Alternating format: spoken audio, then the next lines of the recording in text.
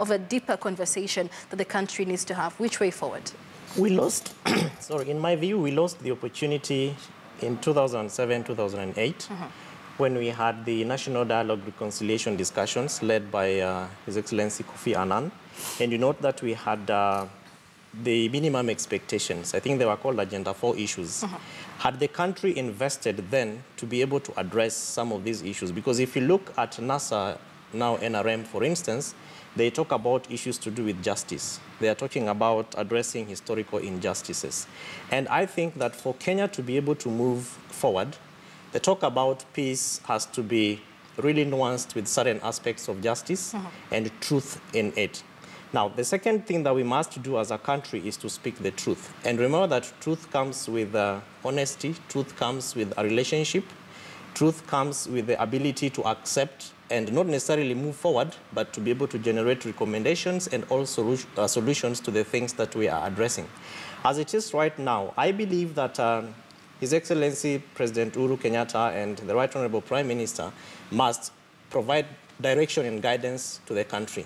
And what I mean by this is, one, we must really, in my view, see a possibility of them engaging and not necessarily through proxies. I know and I am aware that there are people who are talking to them, but I think that this discussion needs to now be seen to be presenting certain soft spots or softer landing for the country. Because if you listen to some of the discussions or other talks by some of their hardliners, then you really get surprised. And so comments like secessions, comments like swearing in our own president, these are things that should be preparing the country for a rough ride.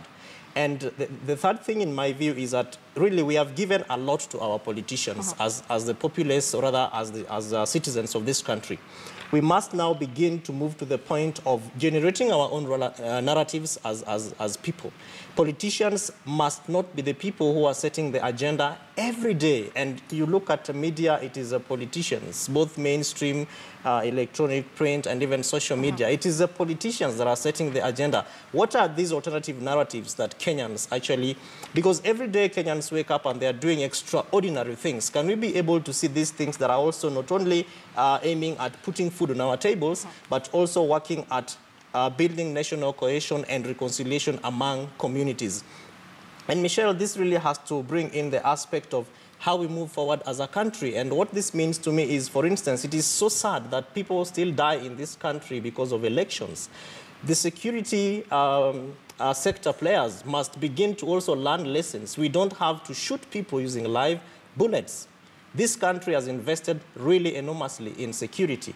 And this therefore means, in my view, that police officers, for instance, and other security players within that sector must begin to look at what are these alternative means of engaging with crowds, for instance. And the citizens, we must begin to talk about things, for instance, alternative nonviolence actions. What do these mean to us? And is it possible just to see policemen engaging with citizens in a manner to address their issues and not necessarily see the amount of brutality that we are seeing from the police? So in terms of moving forward as a country, from a leadership and governance perspective, one, we really need to address our systems, because even as Bomas is going on, you can tell that there are serious system issues, not systemic per se, but system issues insofar as what the output really means.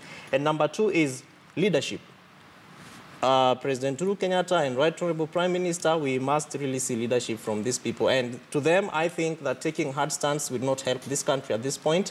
They must be able to begin presenting softer landings for the country so that this country can be able to move on. And I think that the apathy that has been evidenced, or rather shown by the turnout in the election, I wouldn't say is a vote of no confidence to the president, because almost half of this country voted for him and half of this country did not vote for him. This therefore presents an opportunity which we lost in 2007, 2008. But God is a fair God. God is a